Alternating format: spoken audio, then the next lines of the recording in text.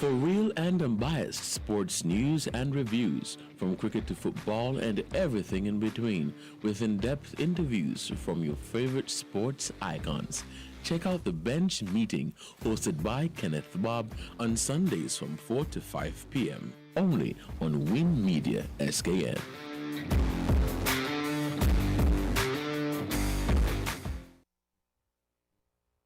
Good afternoon. Welcome back to the Bench Meeting.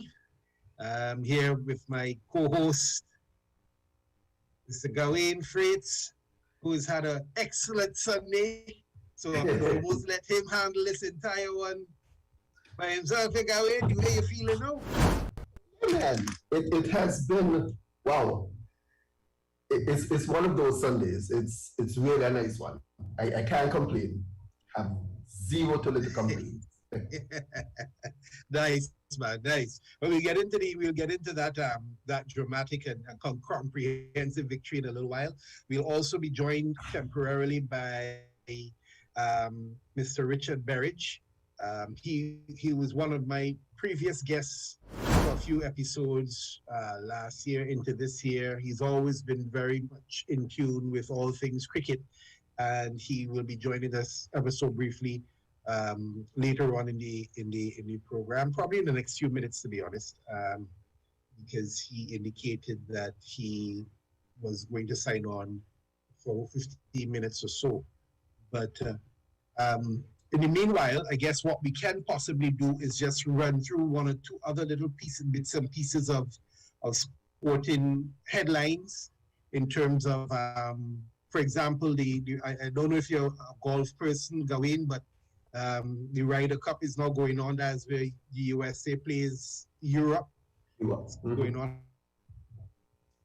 I saw some clips of that. But Mr. Meadows, the US has a comprehensive.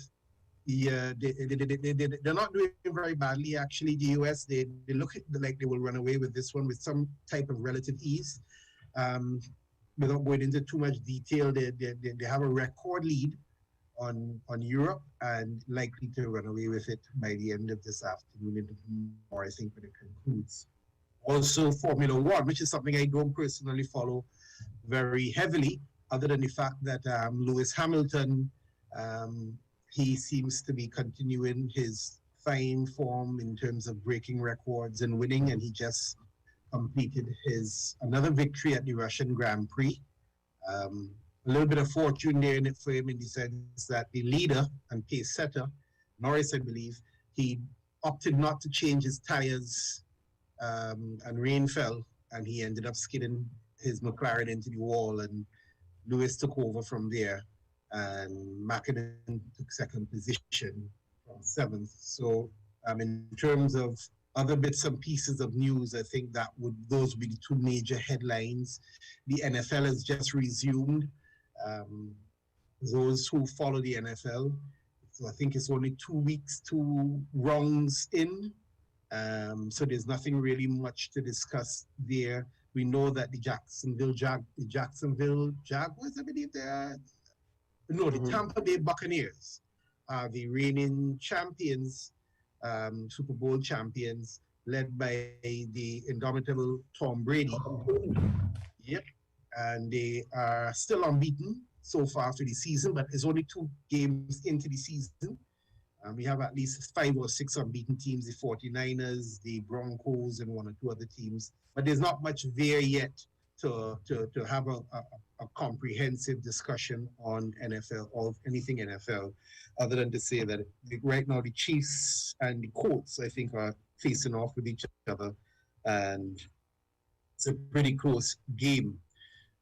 On a more regional front, though, things that we tend to follow a bit more often, we have I shouldn't say regional, but things that we follow more often. The IPL is currently going on. I don't know if you've been paying attention to that. I really haven't. Okay, I'm gonna label myself as a IPL supporter, but biased. I look at the games that the West Indians played. I'm gonna be honest, but I haven't followed it since its restart as much as I wanted. I look at the game yesterday. Yeah, since I look at the game yesterday with the Kings versus Sunrisers, so Gale and what his name is, Gale and Powan played Right. versus what his name is, Holder. Holder got first in Okay. his first over bowl and he got 2 wickets. So I was like, yeah, that's good. He showed his skill. I mean, in all honesty, Holder he got a lot of he's skillful. He really kind of had to keep him out the match because he's a fast bowl, up front fast bowler, but he got variations and he's able to vary the ball and bowl consistently wicket to wicket. So he gets wickets, So I followed it that much. I didn't look at any games today, but yeah, the IPL has resumed and I don't know if it's because of the 5-month break where I'm not following it as much or just because they have other sports competing with it in the Going same on. time. Yeah. Yeah. So Yeah. Well, in terms of the updates, the Chennai Super Kings, well, what I do with the IPL, for the most part, even on this program, what I do with the IPL is I tend to follow it in as much as the West Indian representatives, cricketing representatives are playing with particular teams. Yep. So yeah. I know for a certainty, for example, that Bravo plays with the Chennai Super Kings.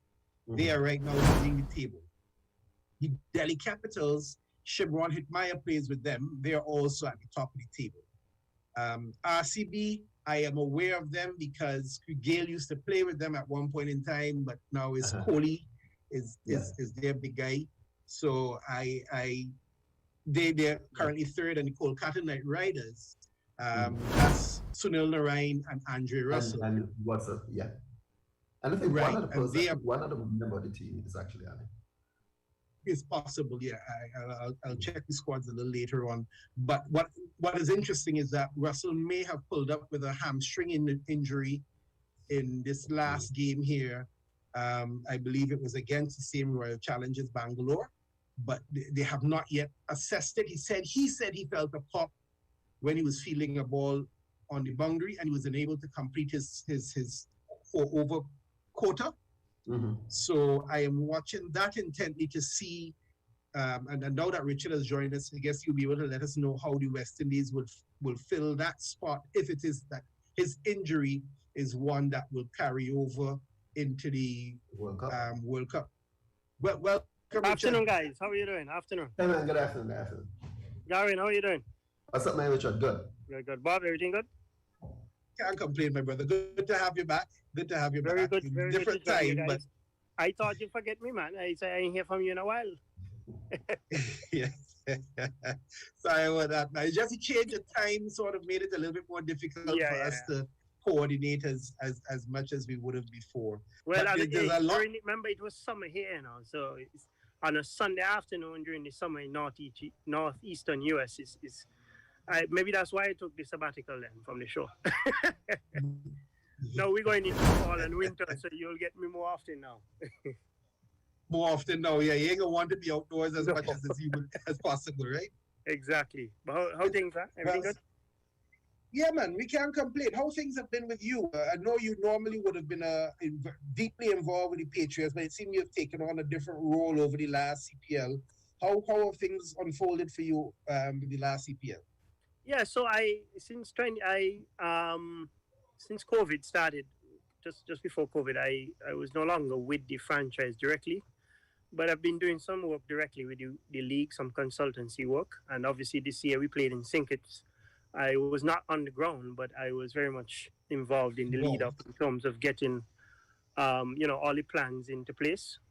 The hosting, we started very early in the year with respect to the hosting agreement, and obviously that once that was finalized, we moved into the operations and planning in terms of how, we would be able to successfully host such a tournament, taking everything into consideration in terms of the medical protocols, because that was very important. And then secondly, hosting a 33-game tournament in one venue, which hasn't been done before, was also another challenge, which, very early on, persons, wasn't too confident that it could happen. But obviously, with the right strategy, it unfolded very well and it was executed well. So I've been doing some consultancy with the league directly, um, which in my case is a bit more relaxing, as I would say. Running a franchise, less intensive. Yes. Yeah, running a franchise is not an easy job. But I'm happy to see that a lot of the groundwork that was made over the years was built upon, and the right chemistry came together this year, and the team won. So I thought it was brilliant. And obviously, hosting it at home couldn't be a better venue for the year in which we won. I think most of you would have known we still have nightmares from 2017, where we got to the final, got to the third or the fourth to last over. And, Kevin Cooper and Dennis Ramlin took the game away from us. Yes. But, it is in terms of championship runs, sometimes it takes, time to get over the line.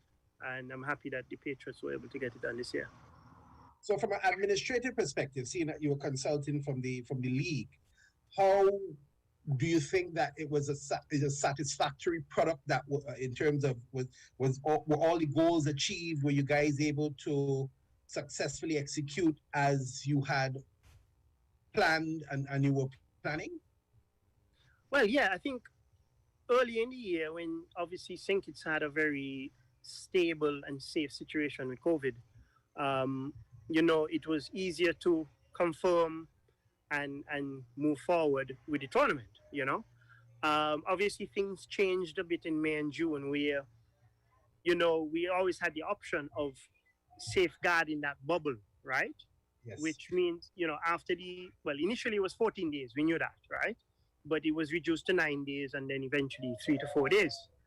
Now, the CPL always had the option to keep the bubble for the entire tournament, which meant that the players and the support staff and other, key executives who run the league would stay within a bubble.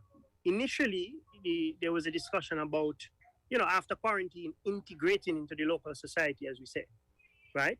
But obviously, when the cases increased and we got to a level where, it was the community spread, then the league took a decision to protect the bubble and keep the bubble in place, right? So, right. So yeah. Mm-hmm.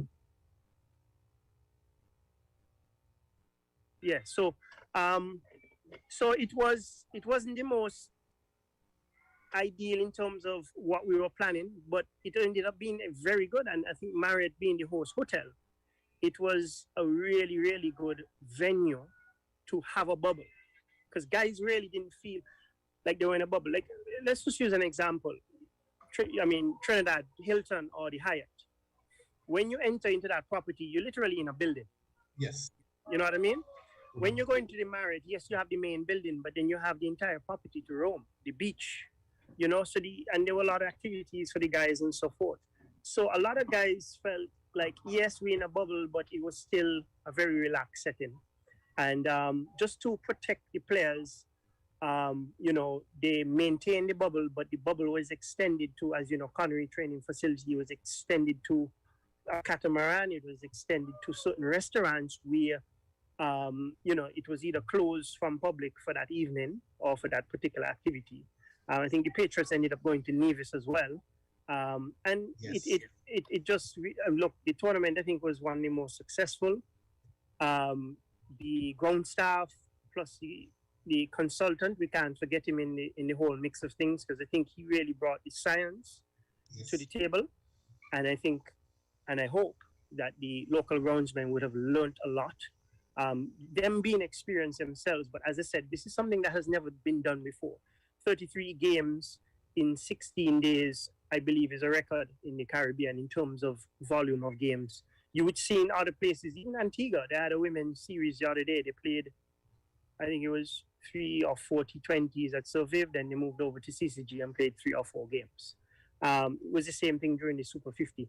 Not saying that they couldn't do it, but it's just never been done before. So I think we can't forget all the logistics on the back end, from ground transportation to practice sessions to catering to the volunteers to the security, to every single person in the cricket operations that would have helped to make this a success, because you tend to look at it on TV and not really see the back end work. Just Yes. like many other things in life. So I will say overall it was a success. I think when the numbers are being compiled, I want to believe that and hope that they would have surpassed the viewership from last year, which was already increased. I think it was 500 million plus viewers last year.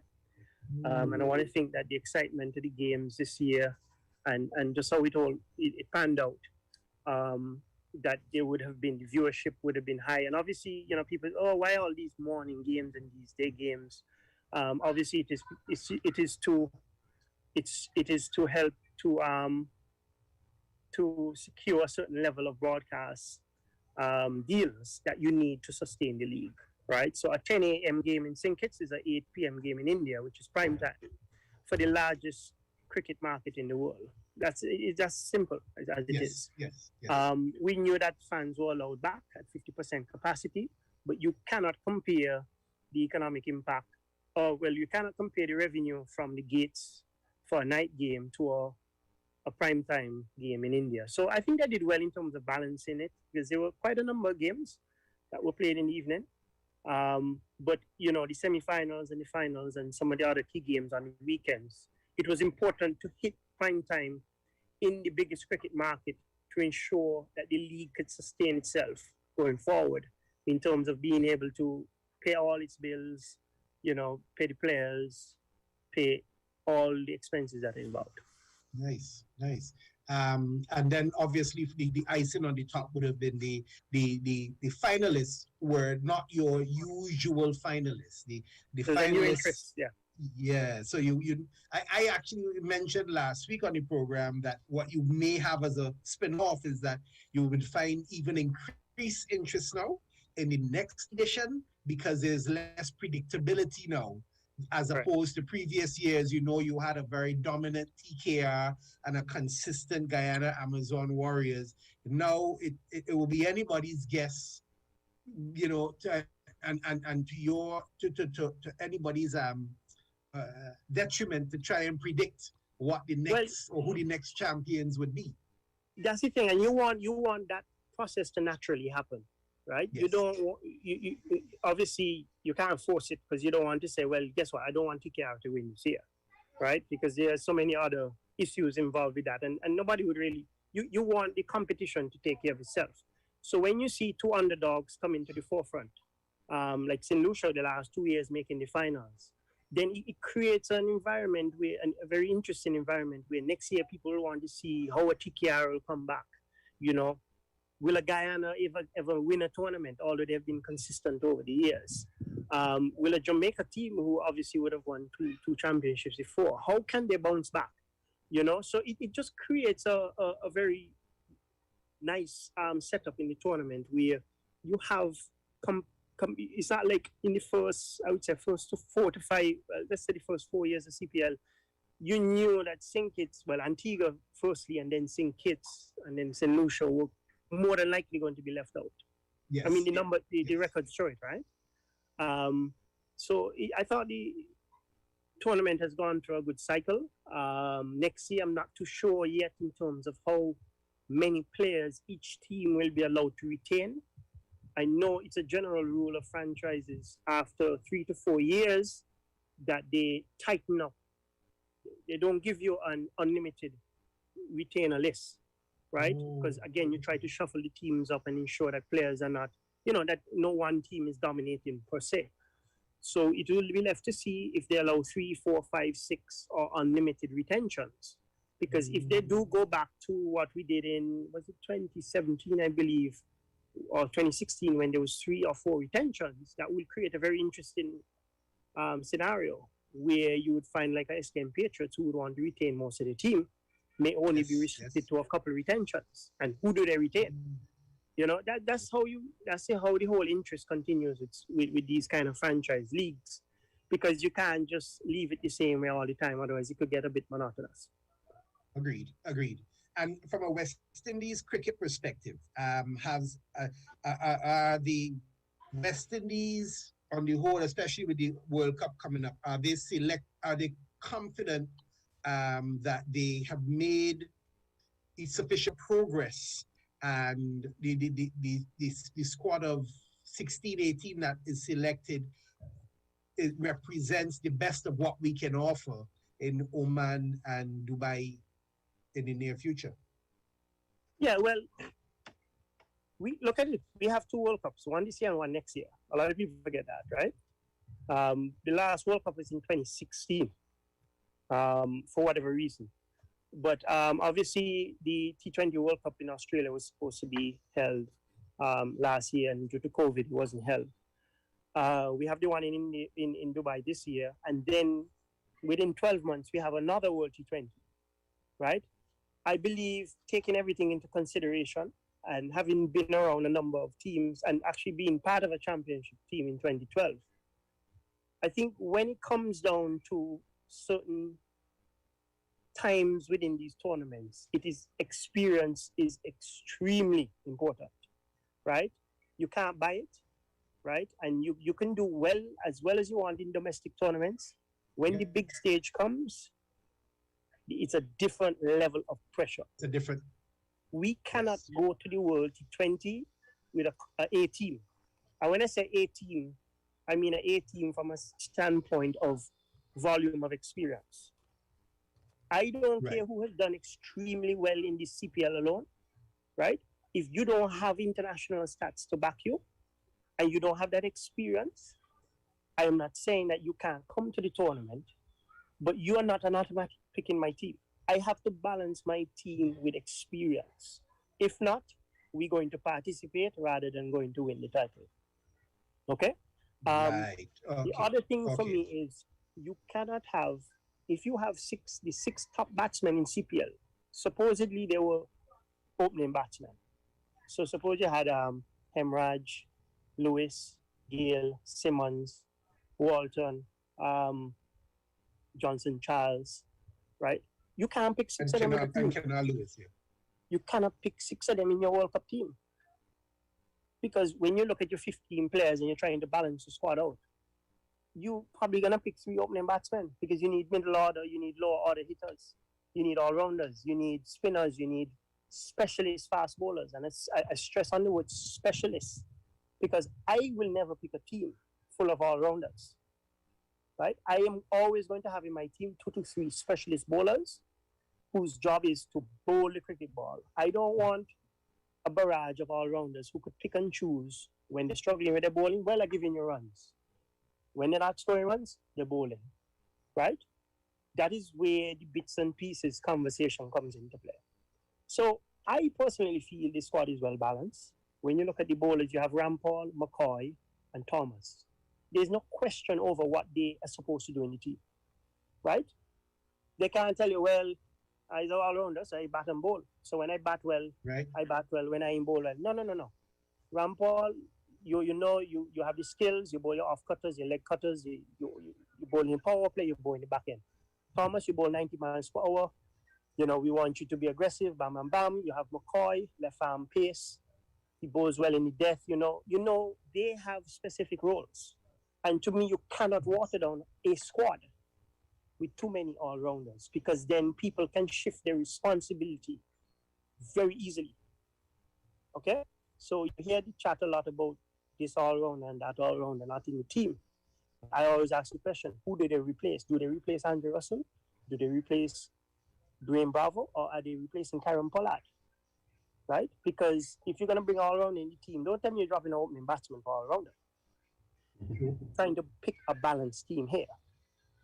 So if you're serious about the team, and they're youths in the team, you have Hetmeyer, you have McCoy, you have Walsh, you have a couple. So it's not to say it's an all-experienced team, and as people want to say, it's an old-man team. I don't buy that. Because when you look at the ages and you look at the levels of experience, it's balanced. And personally, when I look at the semi-final victory for the Patriots in the CPL, that is the recipe that I believe West Indies is going to try to replicate. Because I'm sure if you talk to Evan Lewis, and he said it in one of his interviews in terms of who his idol was, right? when you have a guy like Chris Gayle that is going to come into a semi-final game like that and start like he did, right? It puts less pressure on Evan Lewis. That partnership in the semi-final won the game. We knew before they even lost a wicket. We knew that the game was done. There's no way Sinkis could have lost the game after that. Sinkis needed. Correct. Right? So you may be looking to use a guy like Gayle like that to really protect and help to ease the pressure off of some of your younger batsmen, right? And you have a guy like Dwayne Bravo who could float within the batting lineup. You could bring him up to 4. Look at the partnership Dwayne had with was it Rutherford in the first or second game. Experience and you cannot buy it. So everybody can talk about, you put Rutherford, Puran, you put Lewis Skinner, you put Evan Lewis, Skinner, Lewis, Puran, Hetmeyer, Rutherford in a lineup. That's 5. You're running a risk because you do not have the experience factor in there. You got to mix it. You have to find. I'm not saying that you must just pick an experienced guy because he have a lot of games, right? So you got to balance those things out when you're going to a World Cup. We're not going to a regular bilateral series, and 5-match series versus Pakistan or Australia or Bangladesh. It's a World Cup. You know what I mean? You're going to be playing different teams every game. You're playing in Dubai, it's different conditions. You can't put all these youngsters in the deep end. You cannot. You have to have somebody with them who know the opposition, who's been there, who's done it, who's performed in those environments. And that is where I think places for like Gayle, Dwayne Bravo, Ravi Rampal, in terms of leading the batsmen, the all-rounders, and the bowlers come into play. So I'm just hoping for the West Indies that it all comes together at the right time, and that they can prove why they have gone with this combination. I know I said a lot. I agree with. No. But you've been spot on. And to be honest, those are things that Gawain and I and others have been discussing for quite some time. And I agree with you in that semi-final. In fact, I argued with some fellas in the chat about Gayle's inclusion. And I said to them that had Gayle not had that start in that semi-final, it was only 35 runs. But he took so much pressure off Evan, it allowed Evan to get in. And once Evan got in, then he was unstoppable after. I don't think he gave away another chance after that. No. I would love to have an opportunity to interview Evan, because in the post-match, I think it was that match or the game before, Evan said, was it Darren Gang who asked him, you play T20 around the world and you play, who do you admire? Who is your mentor? It was that match. He said, look, I have one mentor, and that's Chris Gayle. Yeah, I would love to interview Evan to find out a bit more. Why is he your mentor? Because I'm telling you, I'm very sure that point we just made about batting with somebody like him to ease the pressure and allow him to get in and then dominate, I'm sure that is one of the first points you'll say. I don't want to speak to him, but I could predict, that is the line the conversation will go down. So, something else I noticed. Yeah, go ahead, sorry. Something else I noticed. I realized that the left hand, right hand combinations, batting and bowling, took a lot more prominence this season, CPL, than I have noticed in previous editions of IPL, CPL. Is it a deliberate sort of conscious decision making that has been done over the years because of analyses? Yeah, but I think sometimes it's a little more overthought, because in analysis, there is so many things you can find. I mean, I do it all. I've been doing it for the last 14 years, right? If you were to follow the numbers and the trends for every single thing, you would end up with, you wouldn't decide what you want to do. So yes, we know a left-hand, right-hand combination can throw a bowler off. We know that because you got to bowl a different line, you got to set a different feel, offside, leg side changes. But it doesn't mean that it works in every single scenario.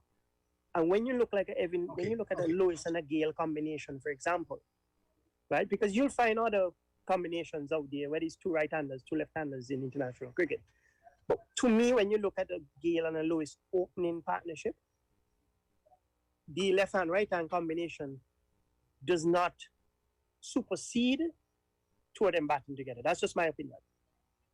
Gayle has made himself as opener over the years. He has made himself as the best T20 batsman ever, right?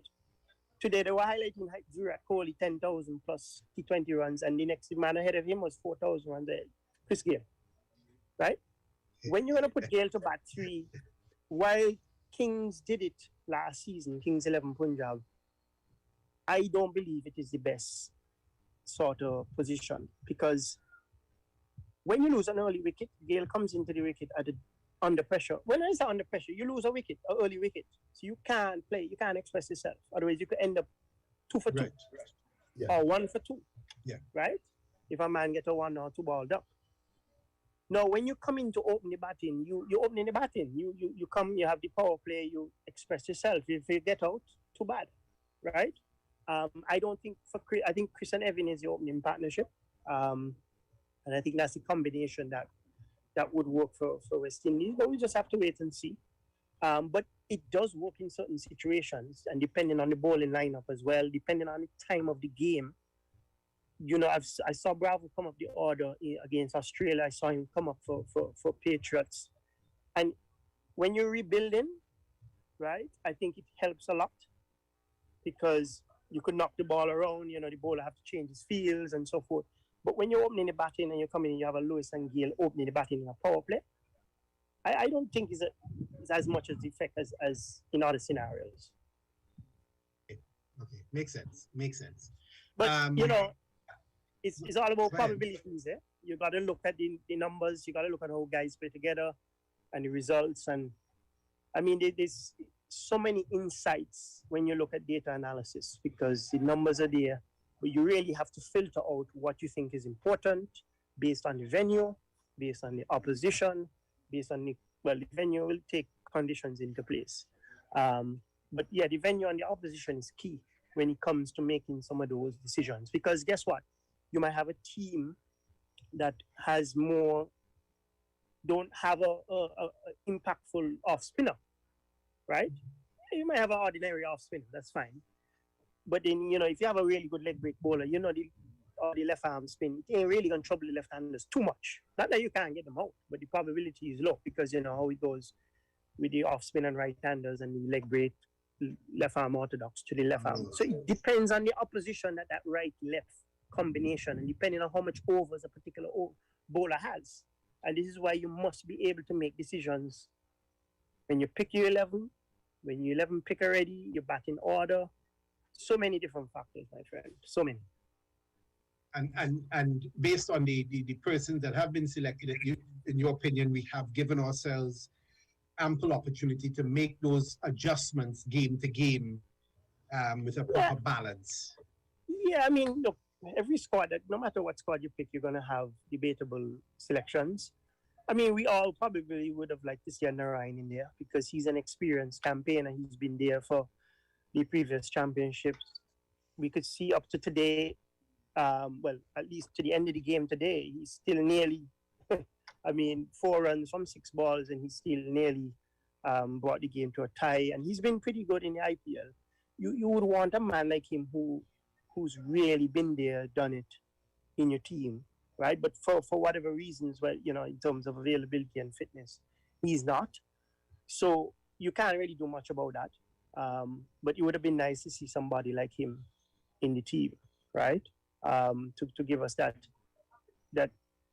you know, level of mystery spin, if you want to call it that. I know his action has changed a lot, but he's still impactful in his bowling. We saw him bowl pretty decent in the CPL, and he's been going pretty good in the IPL as well. But again, when you look at the big stage in the heat of the moment, there's a difference between a Walsh and a Narayan. Or any other youngster. I don't mean to handpick Walshy. Any other good spinner out there, there's still a difference between them and Narayan, because Narayan has been playing international cricket for 10 years or so. Yeah. Yes. And then when you have to face up to Virat Kohli or Kane Williamson, if you bowl 100 overs to Virat already, as opposed to somebody who has not, what are the probabilities? Yeah. It doesn't mean that Virat can't hit you 6, but it is very, the probability is that you may do better, you know, and that is what sport is about. There's nothing in sport you can do to assure your win. It's about probabilities, managing, lowering the risk. Yeah, agreed, 100. And well, just to divert a little bit, the females, how are they faring? I saw they were touring South Africa recently, and they were struggling a little bit. I think they lost the series there. Yeah. But I know they are going through a rebuilding process. How has that been coming? Well, the South Africans were in Antigua, so they were touring us. They were touring us, correct? Yes. Yeah. You know, we didn't have Stephanie Taylor during that series, and I think that shows you the impact that she has on the West Indies team, right? I think the problem we've had with women's cricket is building out a pool of players, right? When you don't have a large pool of players, you tend to have to recycle the same players. Some players can get complacent, some just can't, some just are limited, and you have no choice but to pick them because you don't have options, right? And I think that we really need to look at the women's game from a domestic standpoint in terms of building out a bigger pool of players so that we can put more competition for spots and just raise the whole standard of women's cricket. You know, you've had Stephanie, Deandra, Haley to a certain extent, and Anisa Mohammed. Some of the other, ladies have been trying their best, but some of them have just been forced into certain situations when you have certain players, like both Stephanie and Anisa was out, I think, for the last 2 matches. So you have to pick your next best player. And I think if we can build out more players, a wider pool, that the women's cricket will get better over time. And the only how to do that is to identify what the weak areas are. Do we have women's club cricket going throughout the region? I think Trinidad does, maybe. I think Barbados have to a certain level. But playing cricket doesn't necessarily mean you're doing the right thing, because you and I could go play cricket tomorrow and say we're playing cricket every weekend, but what is the standard of cricket we play? If we're just playing for fun and just playing to say we check in a box, that's fine. But when it comes to professional cricket, you have to ensure that, yes, you are playing cricket, but 2, what is the quality? What is the standard of cricket being played? Is this cricket going to produce players that you can use at the next level? And I think those are very important questions we have to ask, because if not, then what happens is you go to these regional tournaments every year and Leewards get beaten all the games by big, large, 100 runs and those kind of things. So when we look at our own backyard, are we doing enough to promote and develop women's cricket? The answer is no. And I would challenge anybody to a debate to that any day, right? We have to take it more seriously. We have to put proper development programs in place where women, don't tell me you're just holding a training session. Tell me, look, we have training sessions 3 times a week, and these are the things we're doing. This is the quality training and coaching that is going on that will help these players to get better. So I think the reason why we struggled in that series was, 1, Stephanie Taylor was unavailable. I think he was due to quarantine reason, or contact tracing. I think we won the last game, but we won the last game. Really, South Africa has been playing pretty decent recently, and I think we have failed to really build out a pool of players to really raise the standard of cricket. Because if it's just 3 of us playing every week and nobody coming to compete with us, what do you think will happen? We will play. So if 3 of us playing in a team each week and we batting in the middle, but 2 other middle order batsmen come and put in pressure on us, we can have no choice but to either get better and perform more, or guess what? The next man can take my spot. Yeah. So, I know they've been doing a lot of work. The board has been investing a lot of money in the camps. They've had 2 or 3 camps already in Antigua this year. But at the end of the day, you can't be too top heavy in terms of your processes. And what I mean by that is, if you have a production line and your car is coming out with all kind of issues with the chassis and other stuff that is holding the frame into place, we can't fix that on the back end. We got to go back to when they put in the chassis, and the chassis is the first thing I think that goes on the production line.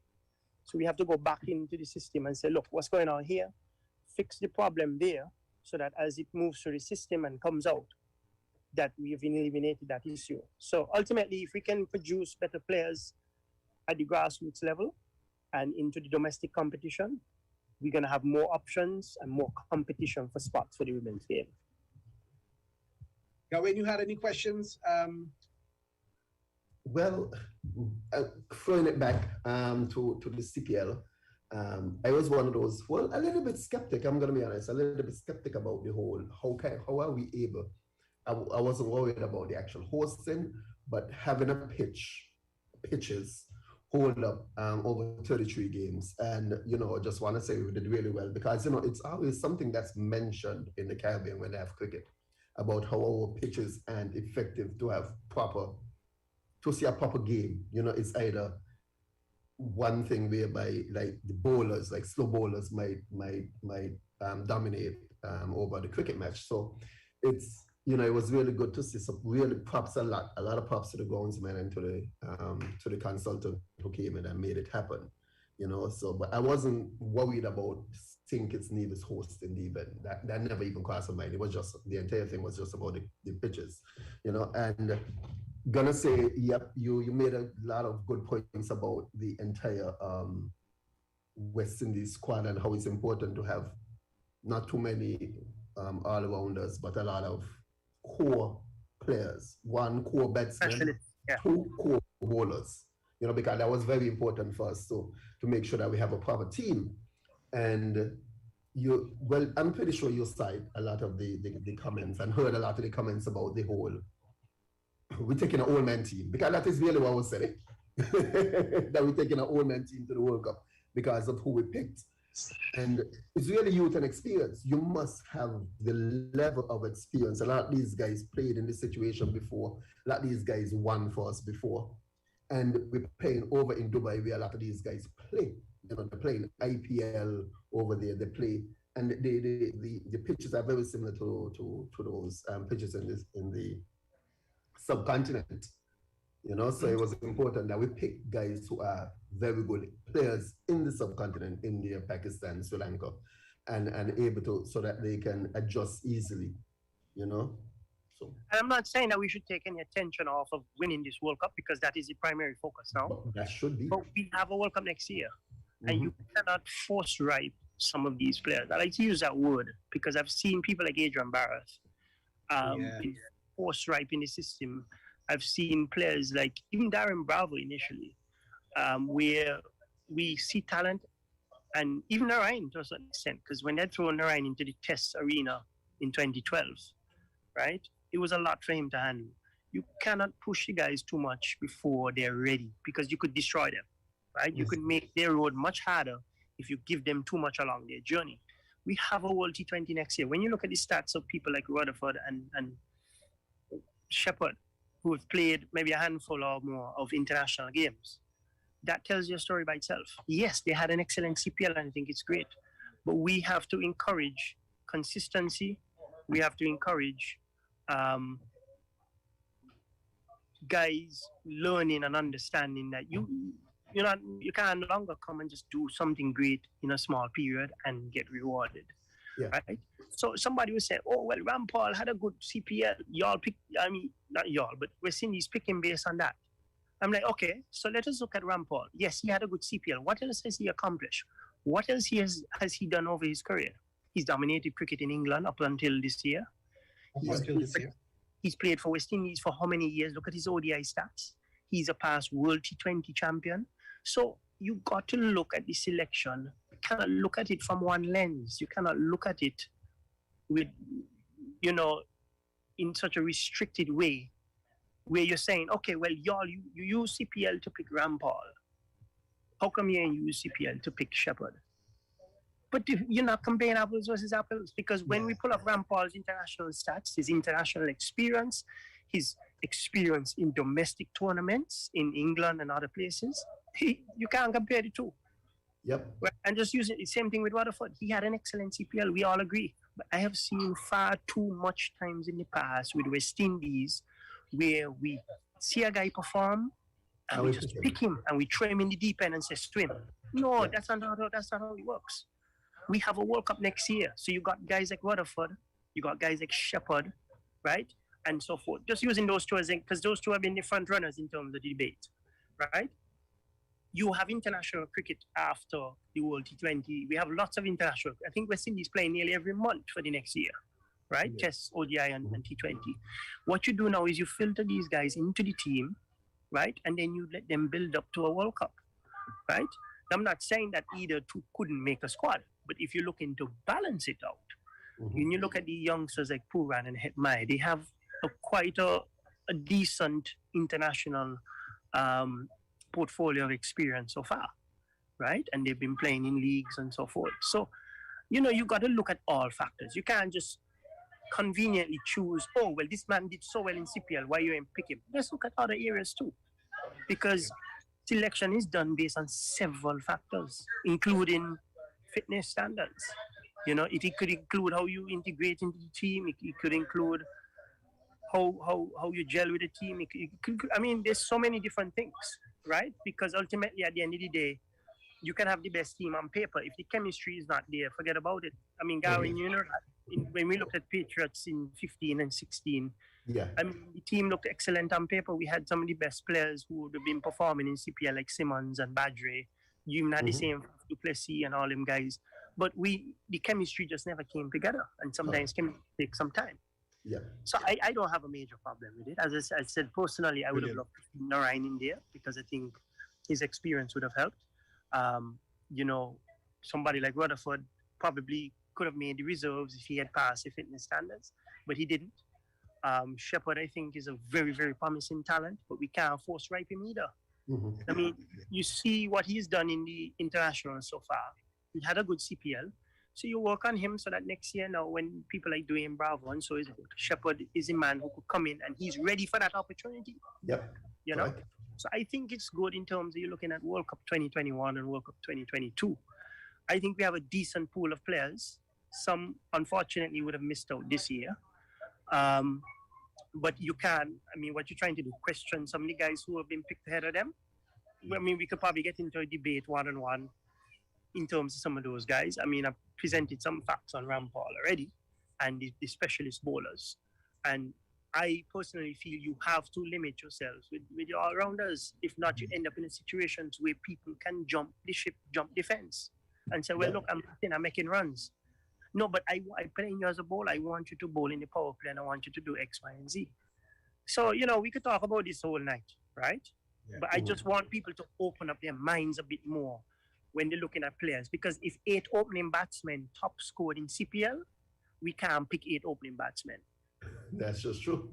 if 8 right arm fast bowlers who bowl like Ravi Rampal got the most wickets in CPL, we can't pick 8 of them because you want to have variation. You want to have your left arm fast. You want to have a quick 90-mile-per-hour bowler. You need to have your spinners as well. So, sometimes you perform well, but you just can't make the squad. True. You have to have variety in skill sets within your squad, and you have to have specific responsibilities. Yeah. What do you think about Chase though? Because remember, we didn't have Chase we didn't have a Chase as a T20 player. I don't think 2 years ago anybody could have said he's going to be a great T20 player, but he performed last year and he performed again this year and he's just now bam in the 15. Oh my, we can't. I think we lost Rich, unfortunately. We lost him. I don't know if it's. I think it may have been knocked off, unfortunately. But that what I will do, Gawain, is I will bring him back on next week again because I also wanted to follow up with some additional questions about. I understand that now they've done the West Indies. CWI have brought on a list of former players as part of their coaching cadre. A new cadre of coaching, and they're doing some additional level 1, level 2, and level 3 training. And these are the type of conversations that I tend to have with Rich in terms of the direction that we are going with that. So he's not here for us to thank him, but I want to thank him publicly for joining us. And I will try and get him back on next week as long as he has it available time to do so. But Gary, I want... that was a lot of discussion about West Indies and West Indies cricket. I want to give you your time now to relish in your Sunday afternoon glory. Let me run through the EPL results just quickly, and I will let you have the floor. It started on Saturday morning when Chelsea, Man City was beaten 1-0 by Chelsea. That was a very interesting game, end-to-end action. My United folded very meekly to Aston Villa. I don't know you weren't happy about that one. yeah. I am not even going to touch that there this afternoon. That's a whole other 45-minute conversation by itself. Everton put a 2-0 in Norwich. Rafa Benitez really seeming to be working his magic. The surprise team is here, West Ham, continuing their fine run. They beat Leeds 2-1, coming from behind. Leicester, Burnley, an entertaining 2-2 draw. Watford and Newcastle, another draw, 1-1. And entertaining, even though it was 1-1, it was entertaining, a lot of missed chances and stuff like that. And Brentford, the surprise package this season, the leads of last season, they drew 3-3 with Liverpool. Then you had the earlier match this morning where Wolves Jimenez, congrats to him for recovering from injury, almost a year on from his head injury, and he was able to score the winning goal today. And then, as I said, well, Richard is messaging me, telling me his phone died. He'll come back on, but I'll let him know to come back on. But you break down this Arsenal victory over the Spurs. Go ahead. You see, I don't want to just, but I have to take it because listen, for the way how we started the season, the kind of losses we had, losing heavily in Man City, losing heavily in Chelsea, you have to take this London derby as a mighty win.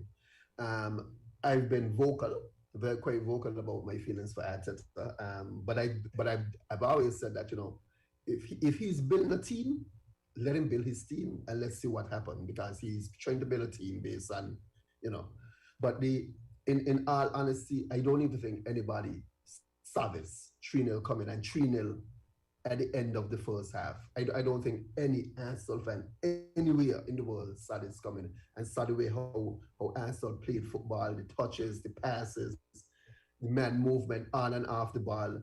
I can't even say, I think he caught, the first goal. And actually up to the second goal, I think Spurs were caught off guard. They never recovered. They recovered. They played pretty well in the second. Well, they played okay in the second half. Could have had a penalty with Kane being brought down in the box. Well, foul.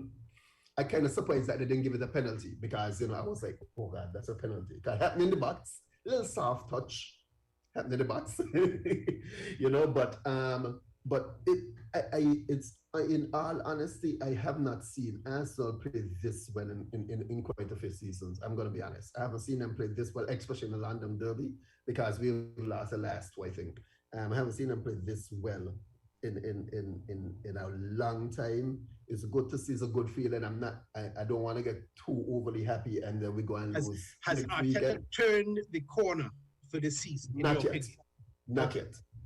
yet, because until we do this consistently, and we don't even have to win 3-0 consistently, even if we draw 2 games or something, but until we do this consistently and we're able to be in the top 7 by the end of this year, the end of December, then I'll say he turned the corner.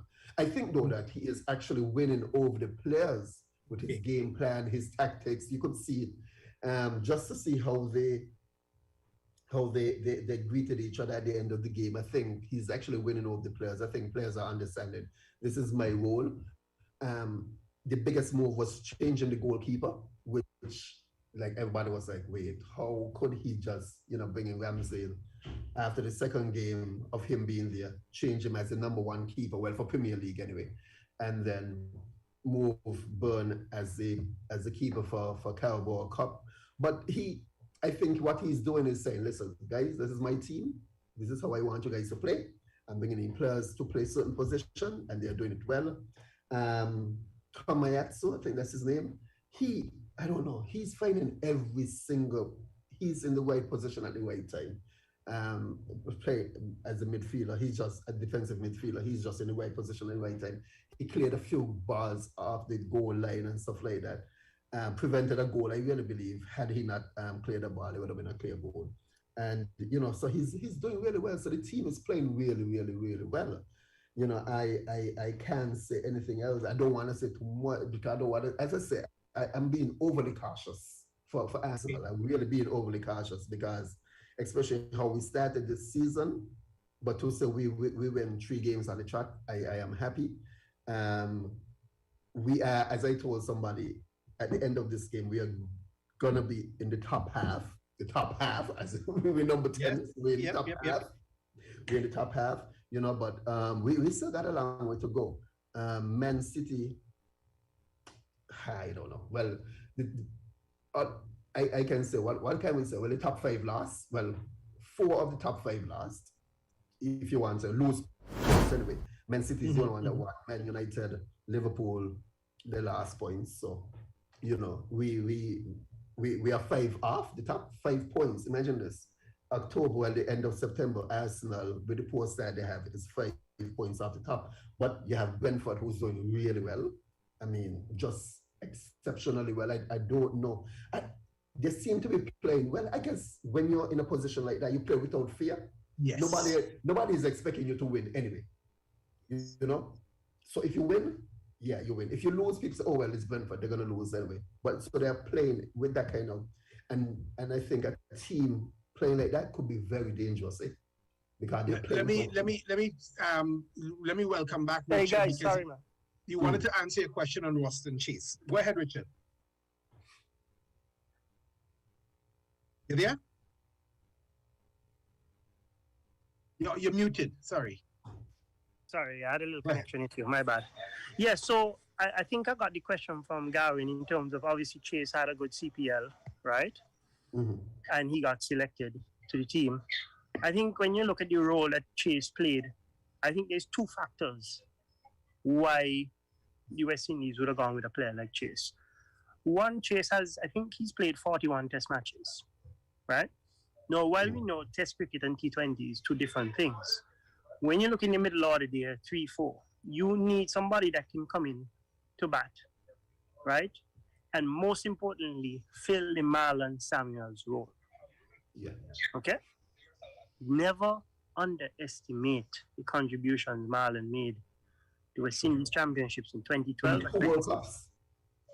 And he also bowls off spin, right? So yes, Rutherford, Shepherd, Chase all had good CPLs. What is the difference between these 3 players? Guess what? The role that we want the player to play. 2, Chase has had significant international test success. He has 5 test hundreds, I believe. Right? And in every T20 team, you need an anchor type batsman. Okay? Hetmeyer, Puran, and these guys, Simmons, and so we know their talent. We know what they're capable of. I personally don't think they have shown enough anchoring style of play, right? And I don't think we want to put that pressure on them. We want them to be able to express themselves. And I think when you look, again, you're thinking about selection, not just from runs on the board and who did well in CPL, but you're looking at roles within the team and different skill sets. So if you have a guy, you have a Gale and Lewis, you know Gale can anchor, actually. If you look at some of his T20 innings, he can anchor. He can take his time and work it in, right? I think Evan can do the same to us. I saw him play it in 1 or 2 games this year, right? We know Simmons and Hetmeyer and Puran. But if you have a man like Chase that can come into the team, the batting lineup, and play aggressive, but, I call it more passive-aggressive, more, low-risk aggressive, proper cricket shots, and turn over the strike and still hit it over the boundary. I mean, we saw how he did during CPL.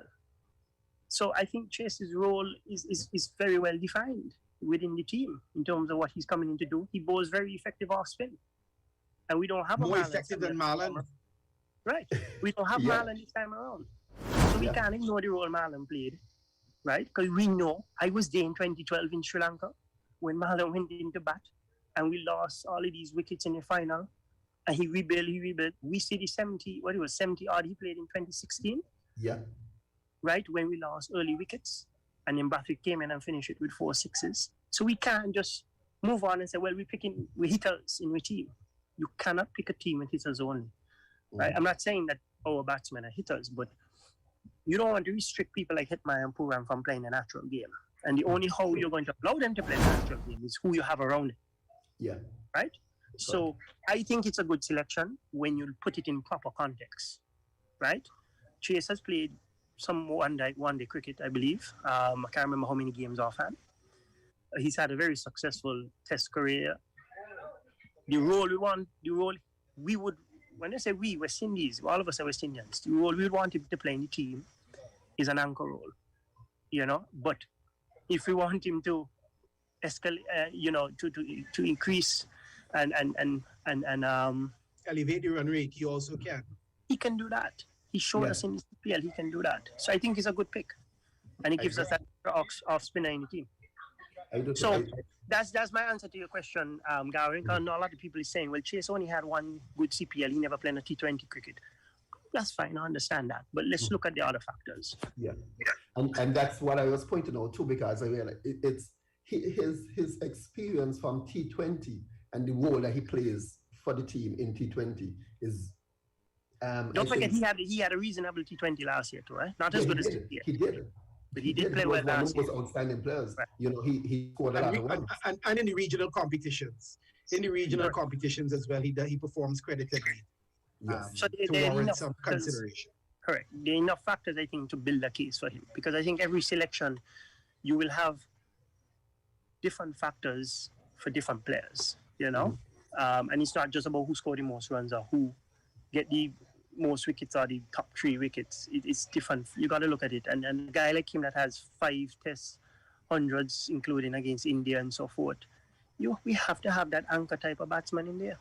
We know Dwayne can move up the order too and bat properly. I thought he did it very well this summer. When I say this summer, I mean including the internationals.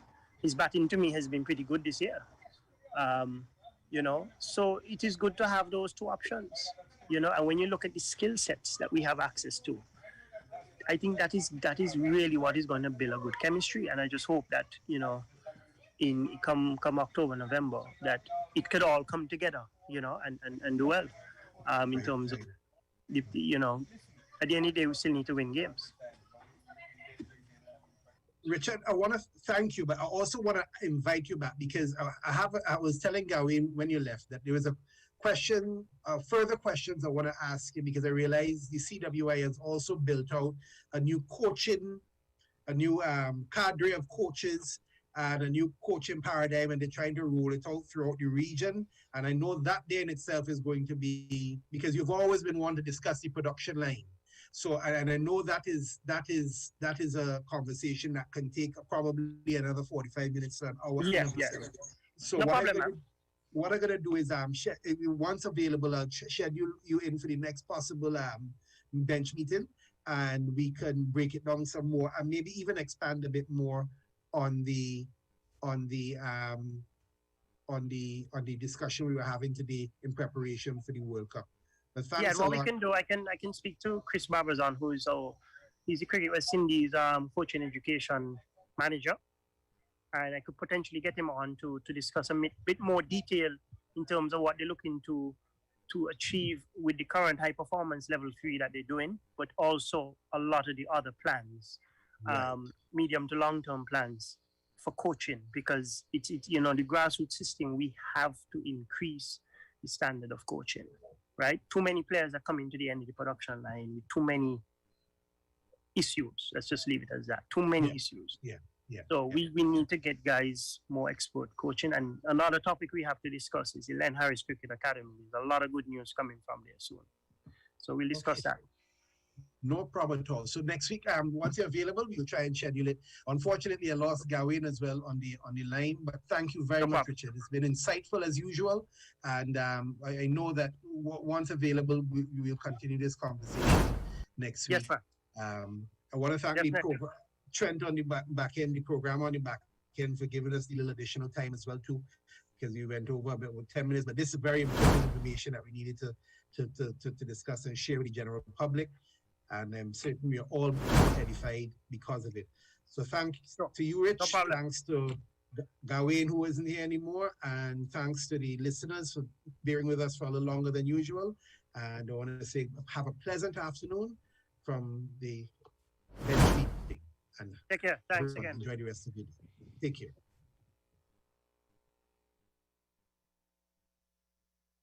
Caribbean tourism is dead in the water and wholly dependent on what's next in the United States, Europe, and Canada. Global cases have now passed 13 million just 5 days after we hit the 12 million mark. In Jamaica, residents of the parish of Hanover are in shock over the brutal slaying of 6 family members on Thursday night. Chauvin had his knee on Mr. Floyd's neck for 8 minutes and 46 seconds in total. It's too much. It's too... The news does not always have to be about this. There's a lot of good news, good stories, good people, good ideas to talk about. So listen up on Thursdays to Only Good News with your host, Enoite Inanga, from 7 to 8 p.m. It's going to be only good news for 1 hour, where we will share good news from stories and people, locally, regionally, and all over the world. And there's more. You will get to hear from people telling their stories of success, breakthroughs, and perseverance as we feature a special guest each week. It's Only Good News, and it's happening this Thursday from 7 to 8 p.m. right after the, regular news.